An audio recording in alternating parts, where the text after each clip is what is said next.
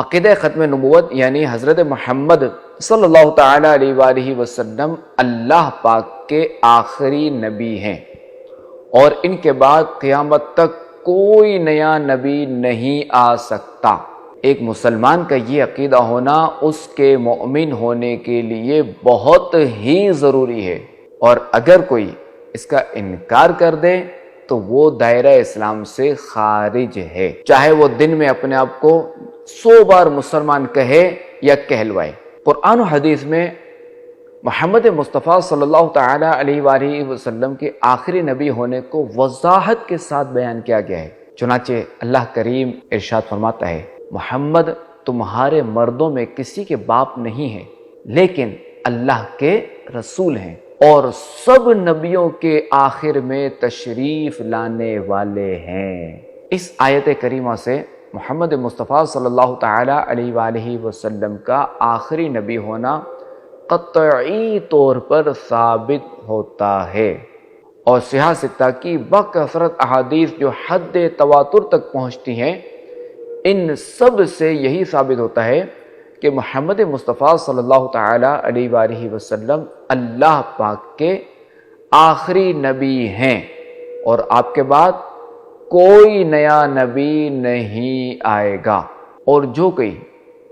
محمد صلی اللہ علیہ وسلم کی نبوت کے بعد کسی اور کو نبوت ملنا ممکن جانے، یعنی کہ کوئی نیا نبی آ سکتا ہے اور وہ ختم نبوت کا منکر ہے، جو کہ کافر و مرتد اور اسلام سے باہر ہے۔ حضرت محمد مصطفیٰ صلی اللہ تعالی علیہ وآلہ وسلم کا آخری نبی ہونا آپ علیہ السلام کی ولادت سے پہلے ہی مشہور اور ثابت تھا، اور ہر نبی، ہر صحابی، ہر ولی کا یہ عقیدہ تھا کہ حضرت محمد صلی اللہ علیہ وسلم اللہ پاک کے آخری نبی ہیں۔ روایت میں ہے کہ حضرت آدم علیہ نبینا علیہ السلام کے دونوں مبارک کندھوں کے درمیان میں قلم قدرت سے لکھا ہوا تھا، محمد الرسول اللہ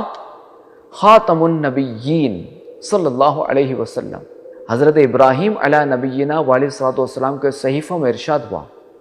بے شک تیری اولاد میں قبیلے در قبیلے ہوں گے،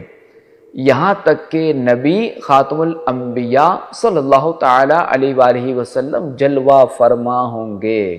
حضرت ابو ہریرہ رضی اللہ تعالی عنہ سے روایت ہے کہ آخری نبی محمد عربی صلی اللہ تعالی علیہ وآلہ وسلم نے ارشاد فرمایا،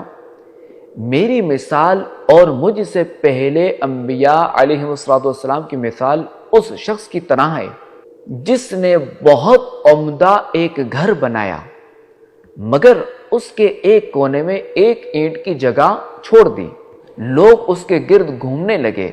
اور تعجب سے یہ کہنے لگے کہ اس نے یہ اینٹ کیوں نہ رکھی۔ پھر آپ علیہ السلام نے ارشاد فرمایا، میں قصر نبوت کی وہ اینٹ ہوں اور میں خاتم النبیین ہوں۔ حضرت ثوبان رضی اللہ عنہ سے روایت ہے، اللہ کریم کے آخری نبی محمد عربی صلی اللہ علیہ وسلم نے ارشاد فرمایا، بے شک اللہ کریم نے میرے لیے تمام روئے زمین کو لپیٹ دیا اور میں نے اس کے مشرقوں اور مغربوں کو دیکھ لیا۔ اس حدیث کے آخر میں ارشاد فرمایا، ان قریب میری امت میں 30 کذاب ہوں گے، ان میں سے ہر ایک گمان کرے گا کہ وہ نبی ہے، حالانکہ میں خاتم النبیین ہوں اور لا نبی بعدی، یعنی میرے بعد کوئی نبی نہیں ہے۔ حضرت ارباز بن ساریہ رضی اللہ تعالی عنہ سے روایت ہے، اللہ پاک کے آخری نبی محمد عربی صلی اللہ علیہ وسلم نے ارشاد فرمایا، میں اس وقت بھی نبی تھا جب حضرت آدم علیہ السلام روح اور جسم کے درمیان تھے۔ امام اہل سنت امام احمد رضا خان رحمۃ اللہ علیہ فرماتے ہیں، تمام انبیاء کرام علیہ السلام کے بعد آپ کے زمانے میں اور قیامت تک آپ کے بعد کوئی نبی نہ ہوگا، اور جو اس بات میں شک کرے گا وہ آپ کی رسالت میں شک کرے گا۔ جو شخص کہے کہ آپ علیہ السلام کے بعد کوئی دوسرا نبی تھا یا ہے یا ہوگا، اور جو شخص کہے کسی نبی کے آنے کا امکان ہے یعنی ممکن ہے، تو وہ کافر ہے۔ اور یہی محمد مصطفیٰ صلی اللہ تعالی علیہ وآلہ وسلم کے خاتم الانبیاء پر ایمان کی درست ہونے کی شرط ہے۔ یہاں ایک بات عرض کرتا چلوں کہ جو بھی ختم نبوت کا انکار کرے تو وہ کافر و مرتد ہے۔ تو یوں قادیانی ختم نبوت کا انکار کرنے کی وجہ سے کافر تھے ہی، البتہ یہ اپنے آپ کو مسلمان کہتے تھے اور اپنی نسبت اسلام کی طرف کرتے تھے۔ 7 ستمبر پاکستان کے آئین میں بھی انہیں کافر قرار دے دیا گیا، جس کا فائدہ یہ ہوا کہ اب یہ اپنے آپ کو مسلمان نہیں کہہ سکتے، تاکہ کسی کو کوئی غلط فہمی نہ ہو کہ ختم نبوت کا انکار بھی ہو اور مسلمان بھی ہو۔ اسی طرح اپنے عبادت خانوں کو مسجد نہیں کہہ سکتے، اذان نہیں دے سکتے۔ تو یہ دن یقیناً خوشی و مسرت کا دن ہے، اور یہ دن بڑی کوششوں اور قربانیوں کے نتیجے میں حضور علیہ الصلوۃ والسلام کو خاتم النبیین نہ ماننے والوں کو آئینی طور پر غیر مسلم اور کافر قرار دیا گیا۔ اور یاد رکھیں، ختم نبوت کا معاملہ ہمارے ایمان کا معاملہ ہے، اس لیے ہمارے ذمہ لازم ہے اور ہمارے فرائض میں شامل ہے